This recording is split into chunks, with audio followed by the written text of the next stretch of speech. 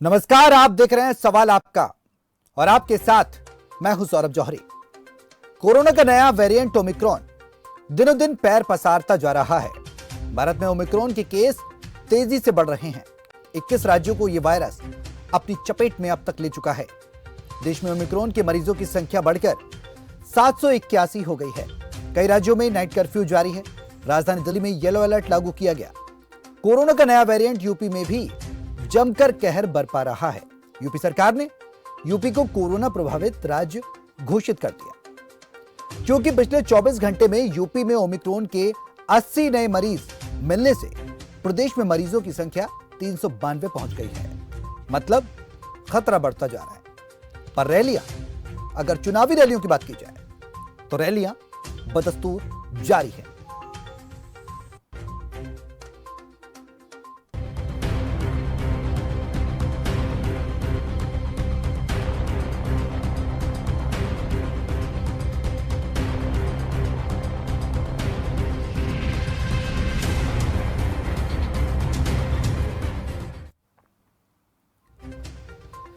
दिल्ली में yellow alert के बाद योगी सरकार ने यूपी को कोरोना प्रभावित राज्य घोषित कर दिया, लेकिन चुनावी रैलियां थमने का नाम नहीं ले रही।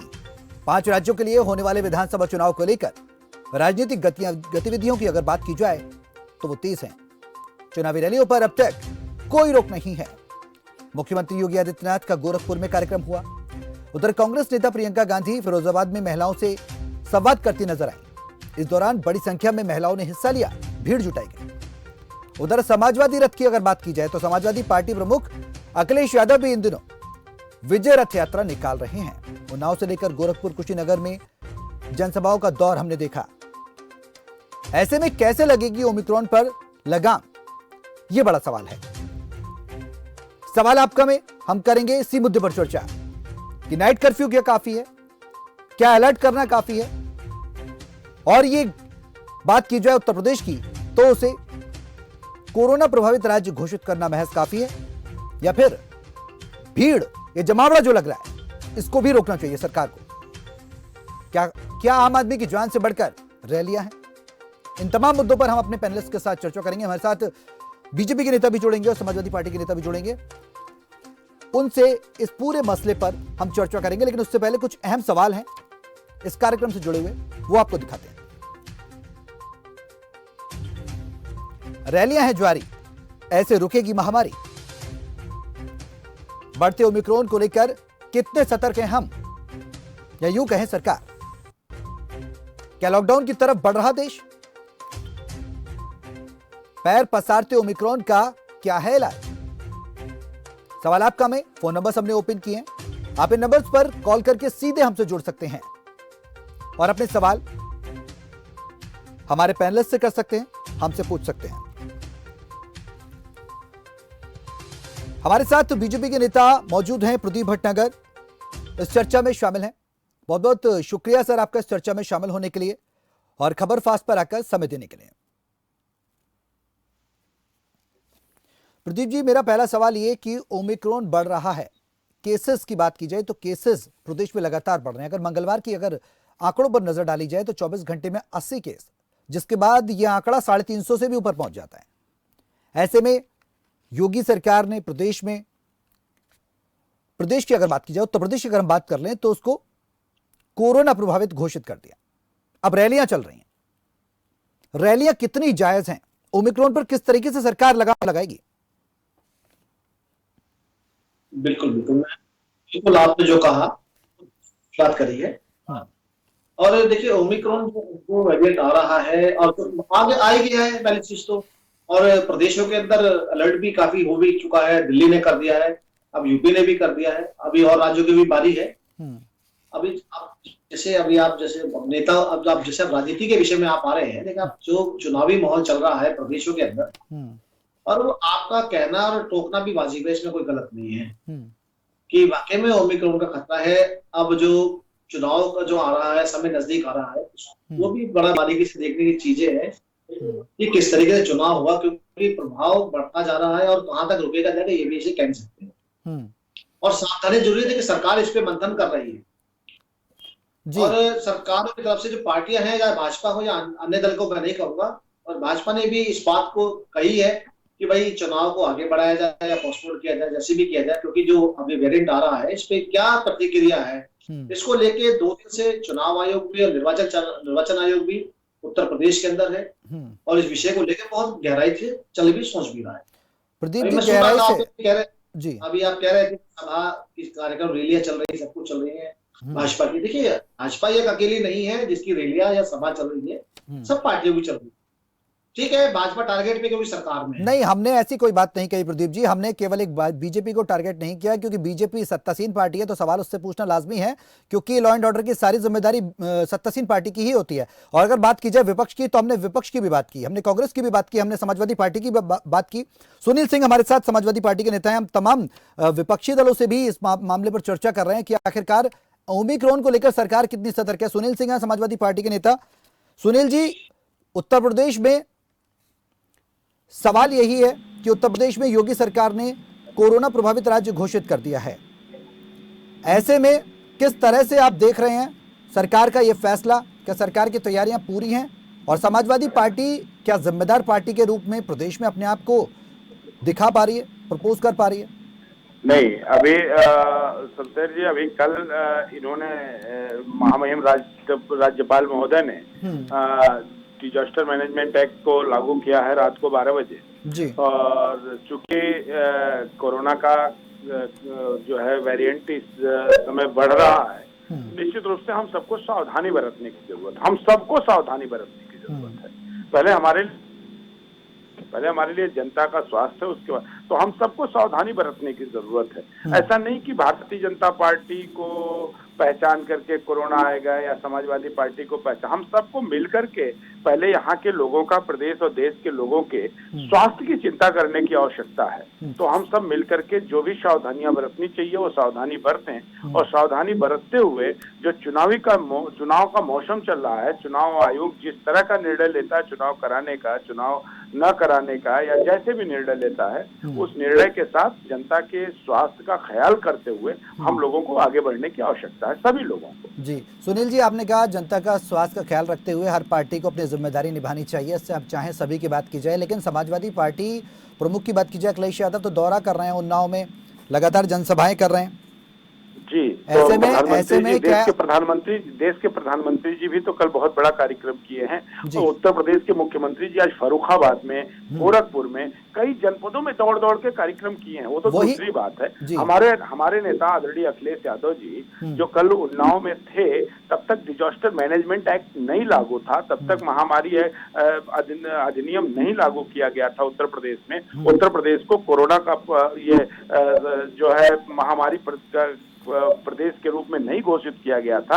लेकिन उसके बाद घोषित करने के बाद आज तो हमारे राष्ट्रीय अध्यक्ष जी का कार्यक्रम नहीं हुआ, लेकिन उत्तर प्रदेश के मुख्यमंत्री जी देखेंगे तो फर्रुखाबाद में सुबह थे और शाम को गोरखपुर में थे, जिसमें हजारों की संख्या में नागरिक उपस्थित थे। उनके बीच में बैठ करके उन्होंने कार्यक्रम किया, सभा किया है। हम सबको ध्यान देना होगा सर, दलगत भावना से ऊपर उठ करके। अगर वास्तव में वेरिएंट बढ़ रहा है तो हम सबको जनता के स्वास्थ्य का ख्याल करते हुए और उनके सुरक्षा के लिए जो भी सावधानी उसको बरतने की आवश्यकता। अभी आपने देखा एक गोरखपुर में बस का उद्घाटन कर रहे थे माननीय मुख्यमंत्री जी, स्वनाम धन्य मुख्यमंत्री जी। उस बस में, एक बस में 50 लोग भरे हुए थे। जवाब दीजिए प्रदीप जी, जवाब दीजिए प्रदीप जी। सुनील जी लगातार बीजेपी के लिए कह रहे हैं, आप जवाब दीजिए इस पूरे मसले का कि आखिरकार क्यों संवेदनहीनता नजर आ रही है। एक तरफ कोविड प्रोटोकॉल्स का लागू करने की बात की जाती है, एक तरफ प्रदेश को कोरोना प्रभावित कहा जाता है और दूसरी तरफ रैलियां की जाती हैं। जवाब दीजिए। जौहरी जी, मैं बिल्कुल सुन रहा था। मैं तो ठीक है, बिल्कुल आपने सरकार के लिए कहा, सुनील जी ने, मेरी अच्छी बात है।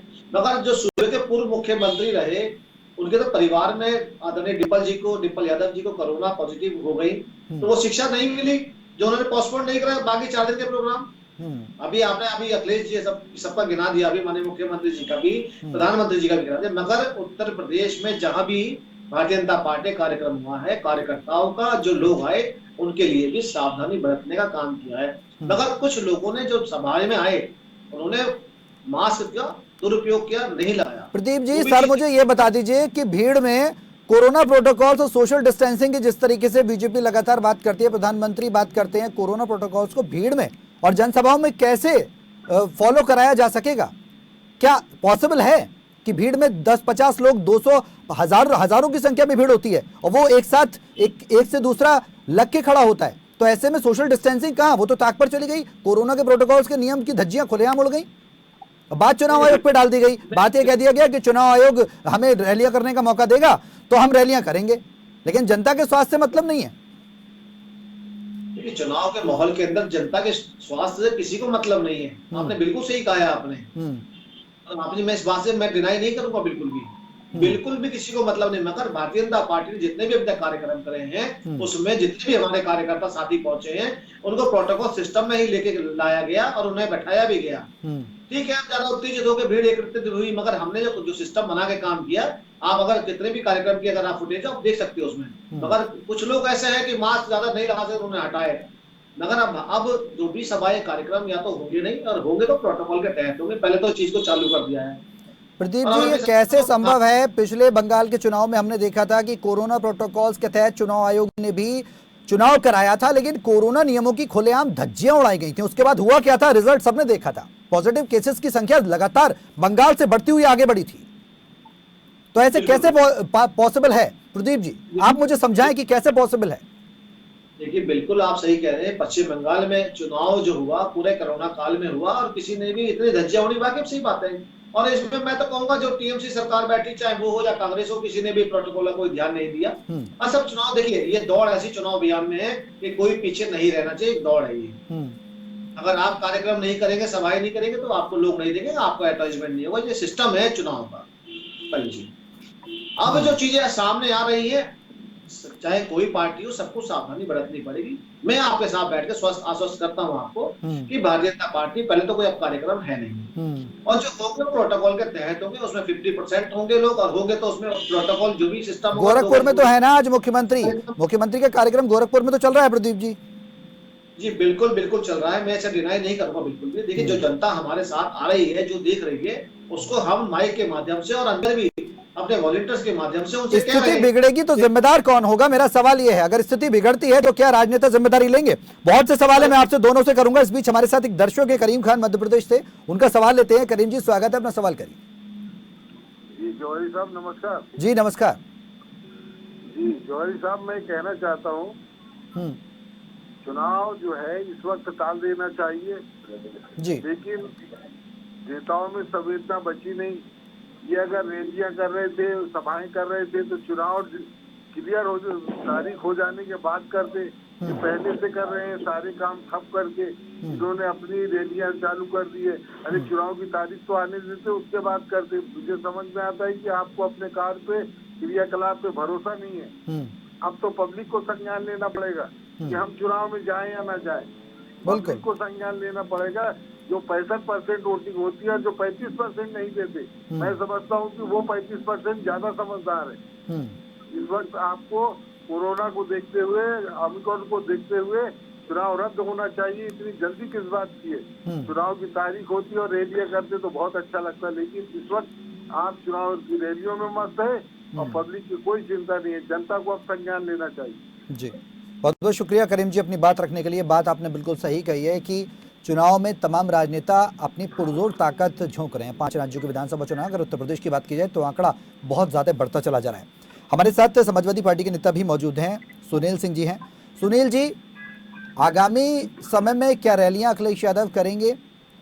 क्या जमीन को मजबूत करने की कोशिश की जाएगी, या फिर चुनाव आयोग का हवाला समाजवादी पार्टी भी देगी कि चुनाव आयोग ने हमें प्रचार करने का छूट दी है? अगर विपक्ष सत्तासीन पार्टी का, सर मुझे एक सवाल करने दीजिए, उसके बाद मैं आपका जवाब लेता हूं।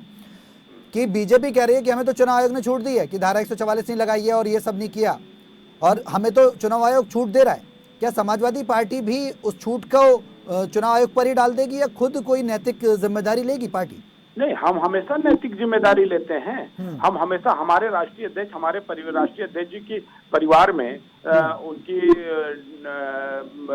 डिम्पल जी और उनकी पुत्री दोनों लोगों कोरोना पॉजिटिव हुए थे, तो हमारे राष्ट्रीय अध्यक्ष जी बिना किसी उसके होम क्वारंटाइन हुए और 2-2 RT-PCR कराने के बाद जब उनकी रिपोर्ट नेगेटिव, 2-2 रिपोर्ट जब नेगेटिव आई, तब जाके वो कार्यक्रम क्यों, हमने कार्यक्रम अपना स्थगित किया है। हम देश हित में कार्यक्रम स्थगित करेंगे, देश हित में स्थगित करेंगे। हम देश हित में चुनाव भी स्थगित होगा तो उसका स्वागत करेंगे, देश हित में जनता के स्वास्थ्य हित में स्वागत करेंगे। हमारे लिए चुनाव जरूरी नहीं है, हमारे लिए लोगों का स्वास्थ्य जरूरी है, हमारे लिए स्वास्थ्य जरूरी है, प्रदेश की जनता का हमारे लिए जरूरी है। अभी बस में मैं अपनी आंख से देखा हूं, उत्तर प्रदेश के स्वनाम धन्य मुख्यमंत्री 50 लोगों को ठूस करके बस का उद्घाटन गोरखपुर की सड़कों पे कर रहे थे। कौन जिम्मेदार होगा? अगर मुख्यमंत्री जिम्मेदार नहीं है तो कौन जिम्मेदार होगा, बताइए ना। ठीक है, कौन मुख्यमंत्री गोरखपुर में जो है आमंत्रित कर रहे हैं कोरोना, ठीक है। कोई मास्क नहीं लगाया था। ये नैतिकता की बात करते हैं, ये नैतिकता की बात करते हैं कि मुख्यमंत्री घूम घूम करके सभा कर रहे हैं, सभा कर रहे हैं, कूद कूद करके सभा कर रहे हैं। ठीक है सुनील जी, पूरी तरह से तो समाजवादी पार्टी प्रमुख ने भी प्रोटोकॉल्स को फॉलो नहीं किया। कई बार हमने, अरे कहाँ नहीं फॉलो किया, रात में आपने लागू किया सर। आज प्रधानमंत्री भी तो है कानपुर में, जब हमारे नेता उन्नाव सुनील जी, हमने चेहरे पर अखिलेश यादव जी के मास्क नहीं देखा, रैली में मास्क हटाकर उन्होंने जनसभा को संबोधित किया है। आप कैसे बात करते हैं? संबोधित कर रहे हैं बस पे चढ़ करके। अगर आंख हो भारतीय जनता पार्टी के नेता के पास, प्रवक्ता के पास, तो देखें हमारे नेता अकेले बस पे खड़ा होकर के संबोधित कर रहे हैं, भीड़ में खड़ा होकर के, मंच पे खड़ा होकर के संबोधित नहीं कर रहे हैं, अकेले संबोधित कर रहे हैं। ठीक है प्रदीप जी, मैं आपसे रिएक्शन लूंगा इस बीच। सुनील सिंह जी और प्रदीप जी, आप दोनों से सवाल और भी पूछूंगा क्योंकि बहुत ही संवेदनशील मुद्दा है। सेकंड वेव को हम सब ने देखा, ऑक्सीजन नहीं थी अस्पतालों में, लोग तड़प रहे थे अपनों को बचाने के लिए। अब ये ओमिक्रॉन का नया वेरिएंट स्पीड अप करके बढ़ रहा है, ऐसे में जिम्मेदारी तो लेनी होगी ना। हमारे साथ इस बीच एक और दर्शक है, मास्टर आर के कालिया अंबाला से हैं, उनका सवाल लेते हैं, फिर मैं आप दोनों के पास आता हूं। कालिया साहब, स्वागत है अपने सवाल के लिए। नमस्कार जी। जी नमस्कार। देखिए मेरे अजीज भाई, उनकी बात पर अमल क्या देते, उनकी बात पर अमल क्या देते, सवाल सारे गलत है, जवाब क्या देते जी। देखिए हम इन सियासतदानों को क्या कहें, 70-75 साल से भाषण सुनते सुनते तंग आ चुके हैं हम। इनकी कथनी करनी में फर्क है। दोनों भाई मेरे यहाँ बैठे हुए मेरे अजीज हैं, ये बहुत छोटे हमसे, ये दुर्भाग्य है हमारे देश का। कोई संविधान नहीं है देश में, कोई लॉ ऑर्डर नहीं है, कोई कानून नहीं है, इनको अपने चुनाव की पड़ी हुई है। कमाल की बात है। जनता को अगर समझदार से काम लेना होगा तो मैं तो ये कहूंगा सबको नोटा दबाना होगा, नोटा सब जाकर भला होगा। इनको कोई चिंता नहीं है, दुनिया जाए बाहर में, देश जाए बाहर में। बड़े अफसोस की बात है। खुद ये देखिए इस पर अमल नहीं करते ये हमें क्या सिखाएंगे। माननीय जितने भी हमारे नेतागण हैं, जितने भी हमारे सियासी दल के नेता हैं, कोई मास्क नहीं पहनता। तो भीड़ देखिए, भीड़ हजारों की, लाखों की। बड़े अफसोस की बात हम टीवी में देखते हैं। आपका बहुत शुक्रिया, कम से कम लोगों को आप जागरूक करते हो, लोगों को थोड़ा बहुत आप अपना मौका देते हो अपनी आवाज उठाने का, लेकिन इन पर कोई असर नहीं है जहाँ तक मेरा मानना है। मैं भी एक रिटायर्ड क्लास 1 ऑफिसर हूँ, हमें पता है नेताओं के बारे में, देश के बारे में। ये देश के लिए क्या भला करेंगे, ये एक दूसरे को ब्लेम देने के सिवाय कोई काम नहीं। मेरी कमीज आपकी कमीज से सफेद का जैसे एक डायलॉग है ये, इनका तो ये काम है मेरे अजीज। ठीक है कालिया साहब, बहुत बहुत शुक्रिया हमें सवाल रखने के लिए और अपनी बात रखने के लिए बेबाकी से। सवाल आपका, मंच आपका है, आप अपने सवाल कर सकते हैं। फोन नंबर से हम लगातार ओपन करते हैं इस मुद्दे पर कि आखिरकार जो भी हम मुद्दा लेकर आए वो जन सरोकार से जुड़ा हुआ मुद्दा हो और आप उस पर अपनी बात रख सकें, हमारा यही मकसद रहता है। हमारे साथ प्रदीप जी हैं, बीजेपी के नेता हैं। प्रदीप जी, इलाहाबाद हाईकोर्ट की अगर बात की जाए तो इलाहाबाद हाईकोर्ट ने चेतावनी दी थी, आपने वो आदेश भी पढ़ा होगा। उसमें हाईकोर्ट ने साफ तौर पर कहा था कि कोरोना के मामले बढ़ रहे हैं, ओमिक्रॉन के मामले बढ़ रहे हैं और चुनाव आयोग से, प्रधानमंत्री से ये अनुरोध किया गया था, हाईकोर्ट की तरफ से एक आदेश दिया गया था, ये यूं कहें कि अब चुनाव को टाल देना चाहिए क्योंकि जिस तरीके से मामले बढ़ रहे हैं तो ये तीसरी लहर का अंदेशा हो सकता है। ऐसे में चुनाव आयोग द्वारा केंद्रीय स्वास्थ्य मंत्रालय के साथ बैठक करना, उसके बाद कहना कि संतोषजनक है स्थिति, क्या राजनीतिक दबाव के तहत काम तो नहीं किया जा रहा? जी, मैं थोड़ा जौहरी साहब, मैं आपकी बात का अभी शुरू थोड़ी सी, आपने पहले भी मुझसे क्वेश्चन पूछे थे, मुझे थोड़ा सा समय दीजिएगा। जी। उत्तर प्रदेश के अंदर जो जो हमारे कोरोना के जो टीके शुरू हुए लगना, और आज हम कम से कम 22 करोड़ से ऊपर पहुंच गए तो टीका लगवाने में। हमने बहुत से जिले हमारे उत्तर प्रदेश के अंदर ऐसे हैं जो कि पूर्ण टीकाकरण हो चुका है, जिसके अंदर मैं थोड़ा बताता हूँ। तो थोड़ा सा हमें इस चीज की थोड़ी तसल्ली है। पहली चीज, अब जैसे आप ऑक्सीजन की बात करते हैं, आज उत्तर प्रदेश के अंदर 300 से ऊपर ऑक्सीजन प्लांट लगा चुके हैं हम लोग। आज हमारे उत्तर प्रदेश में इतनी ऑक्सीजन है कि हम और राज्यों को दे सकते हैं, तसल्ली है पहली चीज। आज हमारे जिला अस्पतालों के अंदर आईसीयू बेड और वेंटिलेटर तक तैयार है। आज पोजीशन वो पहले वाली नहीं, आज उत्तर प्रदेश नहीं है जो 5 वर्ष पहले था। आज एम्बुलेंस भी, आज 450 एम्बुलेंस नई लगाई गई, एक जिले के अंदर 4-6 एम्बुलेंस है आज की डेट में, वो भी वेंटिलेटर वाली।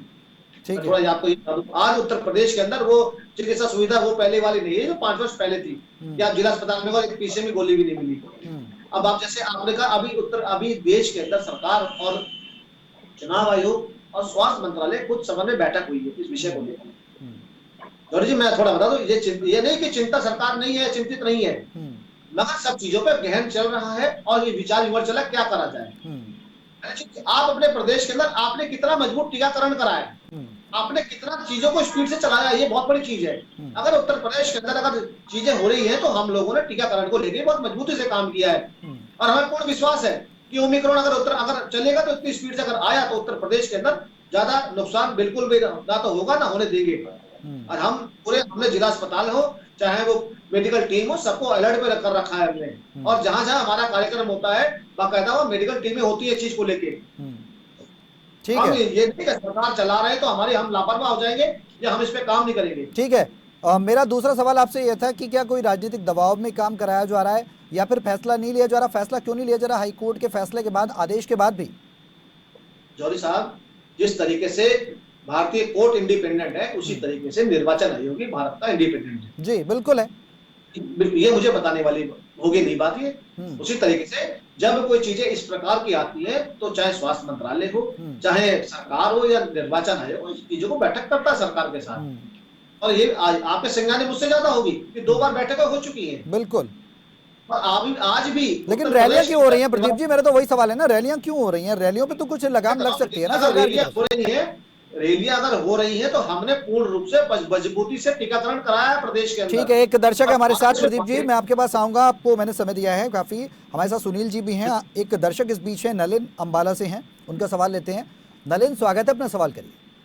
सर, मैं तो एक ही बात जानता हूँ, मैं न्यूज 24 देखता हूँ, उस पे आता है सबसे बड़ा सवाल जी, शाम को 6:56 पे जी। उसमें अभी 5-6 दिन पहले 6 डॉक्टर से पैनल पे सब डॉक्टर की एक ही राय थी कि बहुत तेजी से फैल रहा है ओमिक्रॉन। बिल्कुल। और हमें इसके सोचना पड़ेगा। मैं तो पार्टियों से, अपनी देश की सरकार से और विपक्ष से दोनों तरफ से हाथ जोड़ के विनती करता हूँ कि जब डॉक्टर कह रहे हैं हेल्थ वाले कि जी इनको सबको रोकना पड़ेगा, ओमिक्रॉन को रोकना पड़ेगा, उसका सबसे बड़ा तरीका है कि इलेक्शन के ऊपर थोड़ा सा इनको विचार करना चाहिए कि अभी रैली, अभी तो वो डेट डिक्लेयर नहीं हुई है, तो इतनी बड़ी बड़ी रैलियां हो रही हैं, जब डेट डिक्लेयर हो जाएगी तो कितनी बड़ी रैलियां होंगी। बिल्कुल, विपक्ष से भी सवाल है और मेरा सरकार से भी सवाल है। बिल्कुल, दोनों से मैं आपका सवाल पहुंचाऊंगा, दोनों तक हमारे साथ दोनों ही पक्ष और विपक्ष दोनों है, सरकार भी है और विपक्ष भी है। बहुत बहुत शुक्रिया नलिन जी अपना सवाल रखने के लिए, बहुत अच्छा सवाल है आपका। और ये बात लाजमी भी है कि आखिरकार जब बड़े बड़े डॉक्टर्स इस तरीके की राय दे रहे हैं, ऐसे में रैलियां कितनी उचित हैं। दोनों से प्रतिक्रिया लूंगा, अपने दोनों मेहमानों से। सुनील जी, सबसे पहले मैं आपसे प्रतिक्रिया लूंगा नलिन के सवाल पर। हेलो, हाँ सुनील जी, आपसे प्रतिक्रिया लूंगा, नलिन का सवाल शायद आपने सुन लिया हो। जी जी जी जी, हाँ, फिर से दोहराए सवाल अपना। सवाल दरअसल हमारे दर्शक नलिन थे, उन्होंने ये किया था कि लगातार डॉक्टर्स भी मने कर रहे हैं, बड़े बड़े हॉस्पिटल्स के डॉक्टर्स लगातार ये कह रहे हैं कि जिस तरीके से ओमिक्रॉन का जो कोरोना का जो नया वेरिएंट ओमिक्रॉन है वो बहुत तेजी से बढ़ रहा है। ऐसे में अगर चुनाव पर कुछ समय के लिए लगाम लगा दी जाए और रैलियां ना की जाएं तो वो जनता के हित में होगा। इससे पार्टियां कितनी सहमत हैं? क्या अगर चुनाव नहीं होगा तो क्या आगे सरकार नहीं चलेगी, आगे सरकार नहीं बनेगी? अब ये बात तो प्रचार जीवी और चुनाव जीवी से पूछिए ना, जिनके लिए चुनाव जरूरी है, जिनके लिए कुर्सी जरूरी है, जिनके लिए सत्ता जरूरी है, इन प्रचार जीवियों से पूछिए कि सहमत हैं कि नहीं। सुनील जी, विपक्ष का भी तो एक बहुत बड़ा रोल होता है ना। अरे विपक्ष क्या करेगा? अगर जी। चुनाव आयोग कहेगा चुनाव होगा तो विपक्ष की मजबूरी है चुनाव, लेकिन इन चुनाव आयोग वही कहेगा जो ये चुनाव जीवी और सत्ता जीवी और प्रचार जीवी चाहेंगे। ठीक है, ये जो चाहेंगे वही चुनाव आयोग कहेगा। सर क्या बात करते हैं? किस हिंदुस्तान में आप जिंदा जी रहे हैं? ठीक है, लेकिन सवाल तो बनता है ना सर, विपक्ष से रैलियां तो कम की जा सकती है ना। कह तो रहा हूं कि हमारे लिए जनता का स्वास्थ्य जरूरी है, लेकिन नहीं जरूरी है सर, नहीं जरूरी है, चीजें नहीं आ रही हैं। हम अकेले चुनाव का बहिष्कार करते हैं। ठीक है, ठीक है, आप बहिष्कार करते हैं। प्रदीप जी, आपका रिएक्शन लेना चाहूंगा, लास्ट रिएक्शन। थोड़ी आवाज नहीं आ रही है मुझे, थोड़ा सा आवाज। प्रदीप जी, आवाज मिल रही है आपको? लास्ट रिएक्शन आपका लेना चाहूंगा। चुनाव पूछिए, जवाब प्रचार जीवियों से पूछिए। सुनील जी कह रहे हैं कि सत्तासीन पार्टी प्रचार जीवी है, चुनाव जीवी है, और अगर चुनाव आयोग इस तरीके से कोई फैसला लेता है और जो सत्ता में पार्टी है वो कराती है तो हम तैयार हैं। मतलब वो तो बिल्कुल ही साइड है कि विपक्ष का कोई रोल ही नहीं है इसमें, सब कुछ सरकार ही करेगी। हमारे लिए जनता का स्वास्थ्य जरूरी है, लेकिन रैलियां तो हो रही हैं। प्रदीप जी, जवाब दीजिए। देखिए, बिल्कुल आप जो रैली की बात करें, बिल्कुल रैलियां हो रही है और ये बहुत चिंता की बात है, इसको रोकना तो पड़ेगा ही।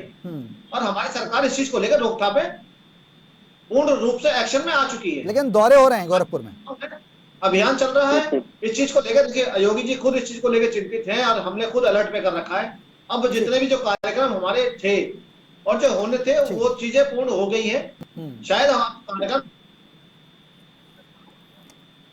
चलिए ठीक है, उम्मीद यही करेंगे प्रदीप जी कि आप कह रहे हैं कि सोचना चाहिए सरकार को भी, हम सरकार की सोचेंगे।